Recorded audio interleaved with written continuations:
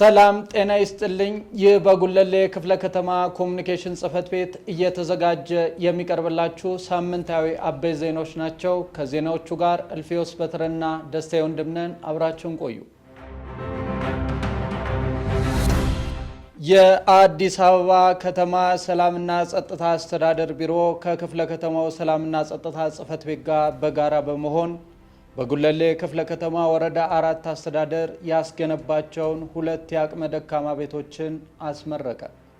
በምርቃት መርሃ ግብሩ ላይ የተገኙት የአዲስ አበባ ከተማ ሰላምና ጸጥታ አስተዳደር ቢሮ ኃላፊ ወይዘሮ ሊዲያ ግርማ እንደተናገሩት መንግስት የአቅመ ደካሞችን ቤቶች በማደስ አብሮነትን፣ መረዳዳትን ባህል ለማድረግ በትኩረት እየሰራ ሲሆን የሰላም ጸጥታ ቢሮ በርካታ የበጎ ፍቃድ ተግባራትን እያከናወነ ይገኛል በማለት የአቅመ ደካሞችን ችግር በመረዳት ድጋፍ የሚያደርጉ ተቋማትና የግል ባለሀብቶች ሊመሰገኑ እንደሚገባ ተናግረዋል። የጉለሌ ክፍለ ከተማ ሰላምና ጸጥታ አስተዳደር ጽህፈት ቤት ኃላፊ አቶ ሀብታሙ ደረጀ በበኩላቸው ጽህፈት ቤቱ በመደበኛነት የህብረተሰቡን ሰላምና ጸጥታ ከማስጠበቅ ባሻገር ማህበራዊ ኃላፊነቱን ለመወጣት በክረምት በጎ ፍቃድ ለ11 አቅመ ደካማ ወገኖች የቤት እድሳት ማድረጉን ገልጸው ከዚህ ውስጥ በዛሬው ዕለት 2 የአቅመ ደካማ ቤቶችን ማስመረቅ ችለናል ብለዋል። በምርቃት መርሃ ግብሩ ላይ የከተማ የክፍለ ከተማና የወረዳ አመራሮች እንዲሁም ነዋሪዎች በተገኙበት ተከናውነዋል። በጉለሌ ክፍለ ከተማ አስተዳደር በዓለም አቀፍ ደረጃ ለ22ኛ ጊዜ በሀገራችን ለ21ኛ ጊዜ የጸረ ሙስና ቀንን ምክንያት በማድረግ ከአጠቃላይ ሰራተኞች ጋር ውይይት ተደርጓል። አስተዳደሩ ትውልድን በስነ ምግባር ተቋምን በአሰራር በሚል መሪ ቃል በተለያዩ መርሃ ግብሮች በሚከበረው 22ኛው ዓለም አቀፍ የጸረ ሙስና ቀንን ምክንያት በማድረግ ከአጠቃላይ ሰራተኞች ጋር ውይይት አካሂዷል። በመድረኩ ላይ የጉለሌ ክፍለ ከተማ ዋና ስራ አስፈጻሚ አቶ ወልዴ ወገሴ እንደተናገሩት ዓለም አቀፍ የጸረ ሙስና ቀን በዓል በሙስና ምንነትና ለሀገር እድገት በሚያስከትለው ጉዳት ላይ የህብረተሰቡን ግንዛቤ በማሳደግ ማህበረሰቡ የትግሉ ባለቤት እንዲሆን ለማስቻል የሚከበር መሆኑን ገልጸዋል። በተመሳሳይ ዜና በትውልድ ስነ ምግባር ግንባታና የሙስና መከላከል ስራ የሲቪክ ማህበራት ሚና የጎላ መሆኑ ተገለጸ። የጉለሌ ክፍለ ከተማ አስተዳደር 22ኛውን ዓለም አቀፍ የጸረ ሙስና ቀን በማስመልከት ትውልድን በስነ ምግባር ተቋምን በአሰራር በሚል መሪ ቃል የሲቪክ ማህበራትን ያሳተፈ ፓናል ውይይት አካሂዷል። በፓናል ውይይቱ ላይ ተገኝተው የመክፈቻ ንግግር ያደረጉት የጉለሌ ክፍለ ከተማ ብልጽግና ፓርቲ ቅርንጫፍ ጽህፈት ቤት ምክትልና የፖለቲካ ዘርፍ ኃላፊ ወይዘሮ ገነጡ አጋሪ እንደተናገሩት በሀገር አቀፍ ደረጃ ከለውጡ ማግስት የህዝብን ተጠቃሚነትና ተሳትፎ ለማረጋገጥ ዘርፈ ብዙ ተግባራት መከናወኑን ገልጸው ሙስና የበለጸገች ኢትዮጵያን ለመገንባት በሚደረገው ጥረት ማነቆ በመሆኑ የሲቪክ ማህበራት የጸረ ሙስና ትግሉ ላይ የበኩላቸውን ሚና እንዲወጡ ጠይቀዋል። የጉለሌ ክፍለ ከተማ ፋይናንስ ጽህፈት ቤት ከክፍለ ከተማው ሲቪል ምዝገባና የነዋሪነት አገልግሎት ጽህፈት ቤት ጋር በጋራ በመተባበር በወረዳ 8 የአቅመ ደካማ ቤት አድሶ በማጠናቀቅ አስመረቀ።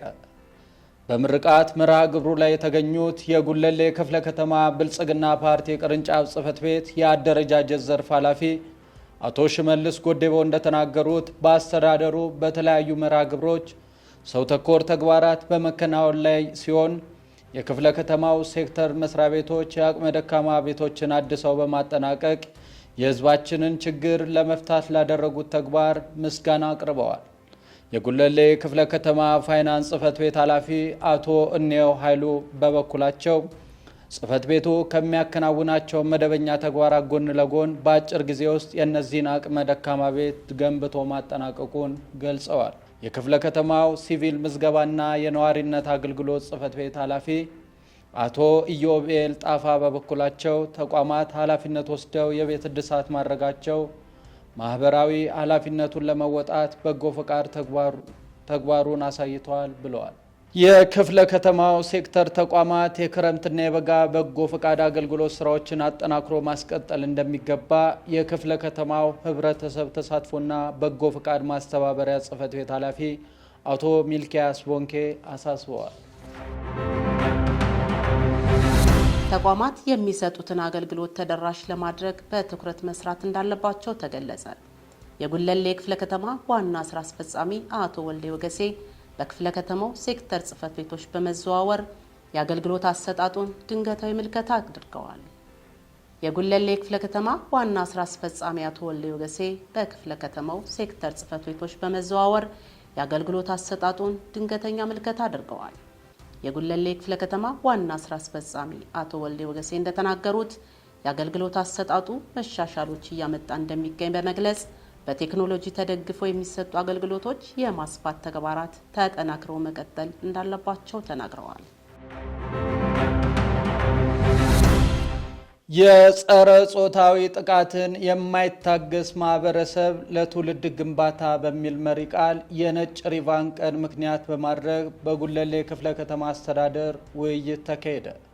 የጉለሌ ክፍለ ከተማ ሴቶችና ህጻናት ማህበራዊ ጉዳይ ጽህፈት ቤት በዓለም አቀፍ ደረጃ ለ34ኛ ጊዜ በሀገራችን ለሃያኛ ጊዜ የሚከበረውን የነጭ ሪቫን ቀን የጸረ ጾታዊ ጥቃትን የማይታገስ ማህበረሰብ ለትውልድ ግንባታ በሚል መሪ ቃል ከተለያዩ ባለድርሻ አካላት ጋር ውይይት አድርጓል። በመድረኩ ላይ የጉለሌ ክፍለ ከተማ የሴቶች ህጻናትና ማህበራዊ ጉዳይ ጽህፈት ቤት ኃላፊ ወይዘሮ ኢየሩሳሌም በትሩ እንደተናገሩት የሴቶችን መብት ለማስከበር በርካታ የህግና የፖሊሲ ማዕቀፎች በዓለማችን ላይ የተደነገጉና ተቋማዊ አሰራሮች የተሻሻሉ ሲሆን በሴቶች ላይ የሚፈጸሙ ጥቃቶች ሊቆሙ ባለመቻላቸው የአመለካከት ለውጥ እንዲመጣ አሁንም ገና ሊሰራበት የሚገባ ተግባር መሆኑን ተናግረዋል። ኃላፊዋ አክለውም ሴቶች በሚደርስባቸው ጥቃት ምክንያት ሰብአዊ መብታቸው ይገፈፋል፣ ለሞራል መላሸቅ፣ አካላዊና ስነ ልቦናዊ ጉዳቶች የሚዳረጉ ሲሆን ችግሮችን ለመፍታት ሁሉም ማህበረሰብ የበኩሉን ድርሻ ሊወጣ እንደሚገባ አስገንዝበዋል። የጉለሌ ክፍለ ከተማ ባህልና ኪነ ጥበብ ጽህፈት ቤት የስዕልና ቅርጻ ቅርጽ አውደ ርዕይ ለእይታ ክፍት አደረገ። ጽህፈት ቤቱ ለኪነ ጥበብ ዝንባሌ ያላቸውን ባለሙያዎች የተሳተፉበት ለተከታታይ ቀናት የሚታይ የስዕልና ቅርጻ ቅርጽ አውደ ርዕይ አዘጋጅቷል።